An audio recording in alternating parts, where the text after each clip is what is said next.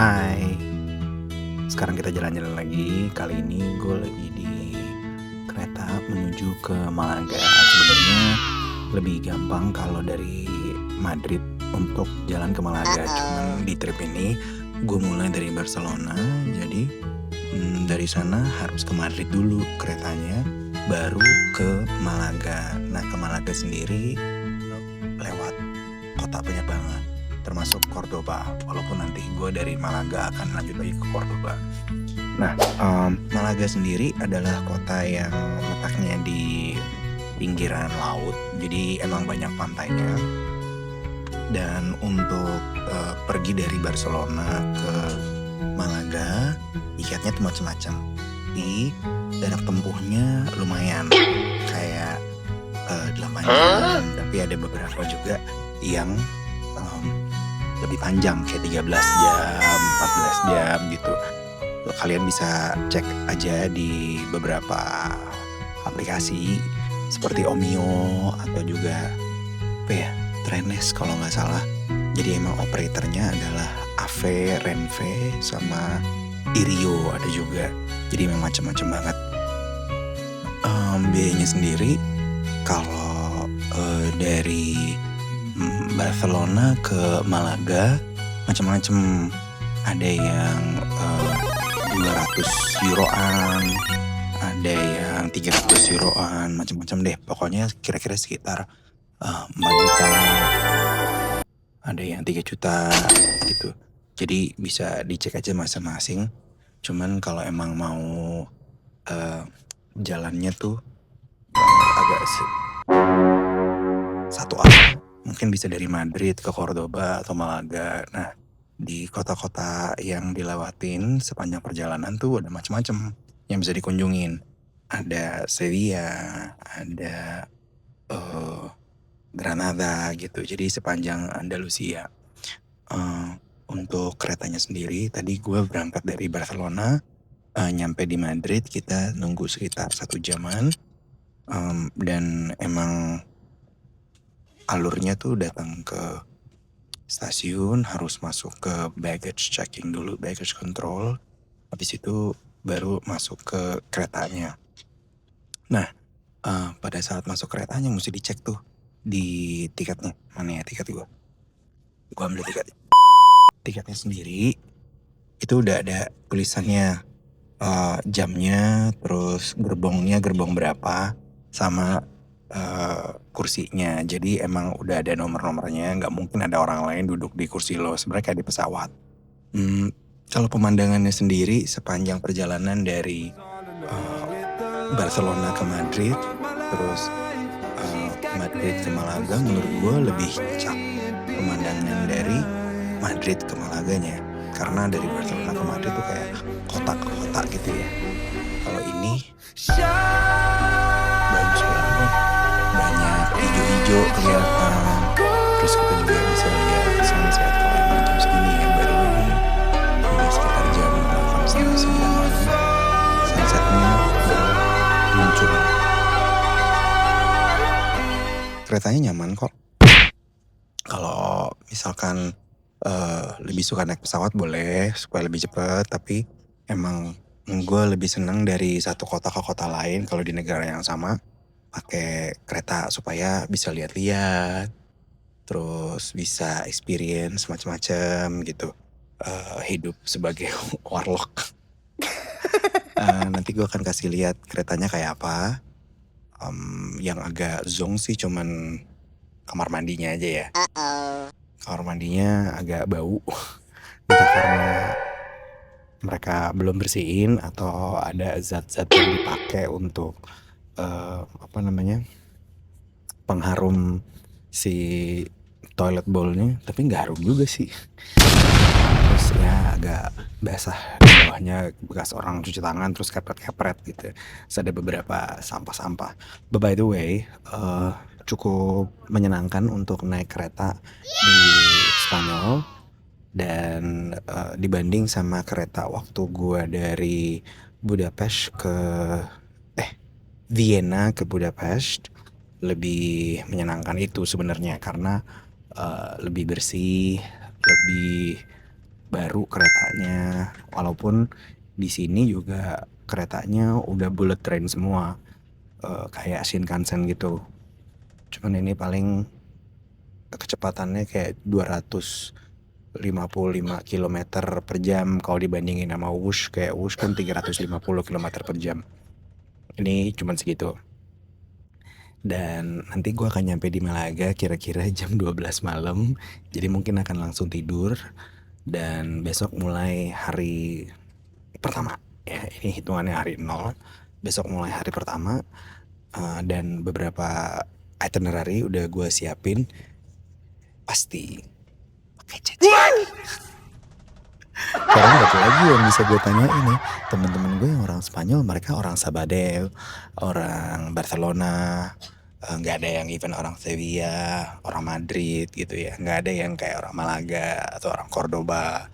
Nanti gue akan share itinerary-nya. Pokoknya semua perjalanan senang-senang gue, vacation gue, semuanya dibuat oleh ChatGPT, my best friend.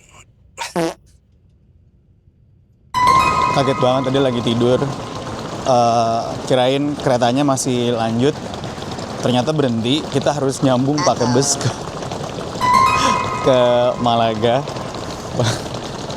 Untung nyadar ya, kok tiba-tiba keretanya berhenti. Ini orang-orang juga pada jalan, akhirnya naik bus. Nggak tahu kenapa. Apakah emang beneran harus naik bus atau ternyata cuman yang kali ini aja. Ngantuk banget. Ya, kita lanjutin aja. Habis itu tidur. Hai, selamat siang dan selamat datang di Malaga. Jadi ternyata tadi malam itu kita baru tahu kalau jalur kereta cepat dari Madrid ke Malaga itu keputus di area namanya Alhora sekitar awal Februari kemarin karena ada tanah longsor. Jadi mereka tuh baru ngebetulin, kayaknya baru akan selesai akhir April 2026. Jadi kita masih sekarang waktu gua ngerekam ini masih tanggal belasan ya. Jadi kayak ya belum bisa. Makanya kita diberhentiin di Antequera, baru naik bus sekitar 1 jam ke stasiunnya Malaga. Sekarang kita lagi ada di pusat kotanya. Kayak lihat aja banyak orang-orang ya. Ini juga tempat kegiatan orang-orang. Ada omnya. Ada om. Kita mau ke Alcazaba de Malaga. Jadi Alcazaba de Malaga ini kayak bentengnya di Malaga dari zaman dulu. Kita akan lihat, kayaknya sih masuknya nggak harus bayar ya. Kalau bayar paling nggak sampai 10 euro. Udah kelihatan tuh di atas. Tuh, lihat ya. Tuh, si Alcazaba de Malaga.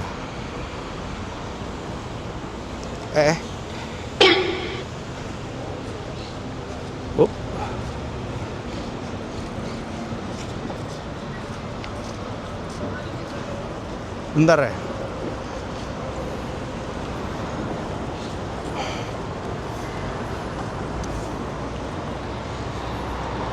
Nah, di situ, di atas.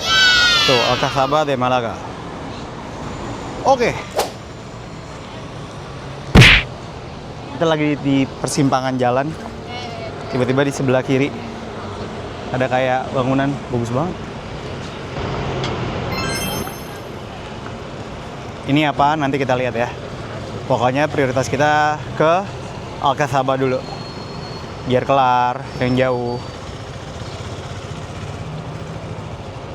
Oh ya, tadi kita kesini awalnya mau naik bus, tapi kayaknya kita kelamaan nunggu busnya, males. Makanya kita naik metro. Jadi kalau menurut ChatGPT, sekali lagi ChatGPT penyelamatku, dia bilang karena di Malaga ini cuma ada 2 line MRT-nya atau metronya, jadi nggak terlalu ngebantu.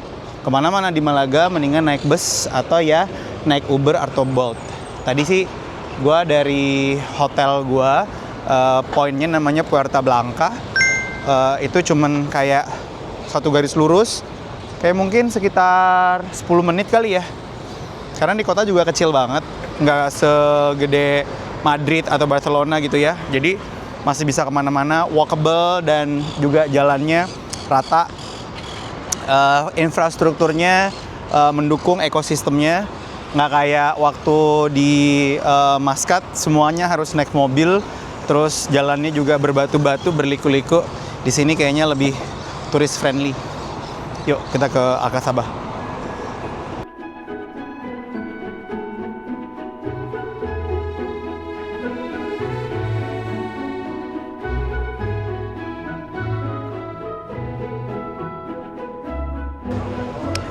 Jadi di daerah ini kelihatannya emang pusatnya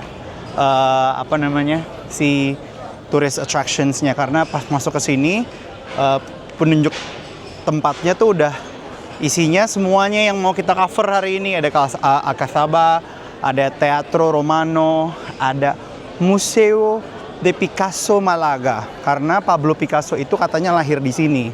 Terus ada beberapa museum lain. Terus kalau kita lihat ke sebelah sini, nah emang pusat kegiatan orang-orang sih. Tuh, banyak banget kan.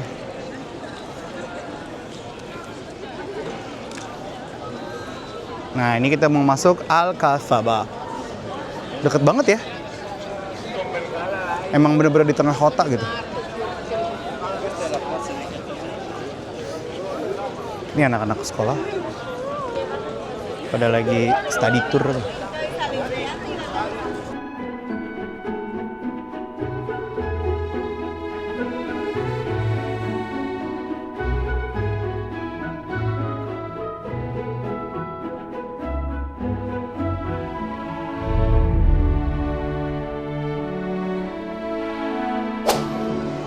Dari Alcazaba de Malaga ke Castillo de Gibralfaro nggak nyambung, jadi lo harus keluar dulu, terus belok kiri dan nanjak jalannya.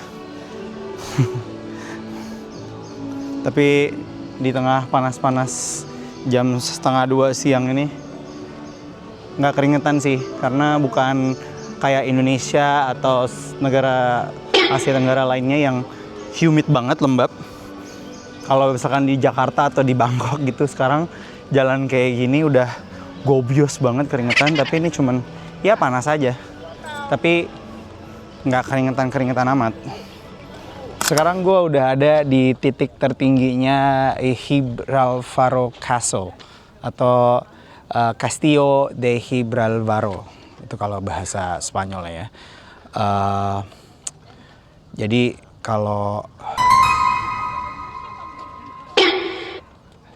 kalau secara fonetiknya namanya tuh diambil dari dua bahasa, yaitu bahasa Arab dan juga bahasa Yunani. Jabal yang artinya gunung, kan gunung banget nih di atas gunung. Faros dari bahasa Yunani yang artinya mercusuar. Jadi sebenarnya ini adalah gedung yang dibangun dengan mercusuar di atas gedung lagi. Bangunan mercusuar yang ada di atas gunung gitu. Nah, itu terjadi di tahun 700 sebelum Masehi. Yang bikin tuh bangsa Venetian namanya. Terus fast forward ke tahun 900-an, waktu kerajaan Muslim menguasai Andalus, atau mereka bilangnya Al-Andalus atau Andalusia. Ini dijadiin sebagai salah satu pelindungnya Alcazaba yang ada di bawah gitu.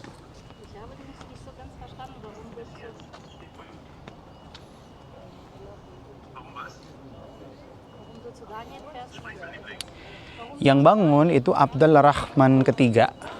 Kemudian di abad ke-14 di-upgrade lagi sama Yusuf pertama dari Granada. Dilanjutin sama anaknya Muhammad kelima namanya. Nah terus mereka digabrukin tuh apa ya Bu? Digabrukin bahasa apaan? Mereka besiege tuh apa? Dikepung Jadi mereka dikepung, terus ditaklukkan sama Catholic monarchs atau raja-raja Katolik dari Spanyol, Ferdinand dan Isabella. Waktu itu sebenarnya bukan karena mereka kalah perang, tapi justru karena pasukan Andalus di dalam Gibraltar Castle ini, mereka kehabisan makanan, jadi kelaparan. Akhirnya mereka harus menyerah dan akhirnya dipakai sama Catholic monarchs sebagai watch point dan juga markas dari tentara-tentara. Nah, tahun 1925 diambil alih oleh Ferdinand yang kemudian menjadikan ini masih sebagai markasnya tentara-tentara. Cuma lama-kelamaan udah mulai dilupakan, maksudnya nggak dipakai gitu. Udah mulai ya udah pelan-pelan fungsinya dicabut satu-satu, dipretelin sampai akhirnya udah nggak dipakai lagi dan sekarang cuma jadi viewpoint atau tempat lo ngelihat Malaga 360. Jadi lo bisa muter lihat Malaga semuanya dan juga tempat turis jalan-jalan gitu. Dari yang difungsiin sebagai tempat simbol kekuatan, sekarang cuma jadi tempat foto sama tempat turis dan juga si Gibraltar Castle ini dijadikan lambangnya provinsi atau kota Malaga. Ini kalau lo lihat di mana ya? Tuh di benderanya. Ya. Itu tuh Gibraltar Castle tuh. Nah. Itu dia.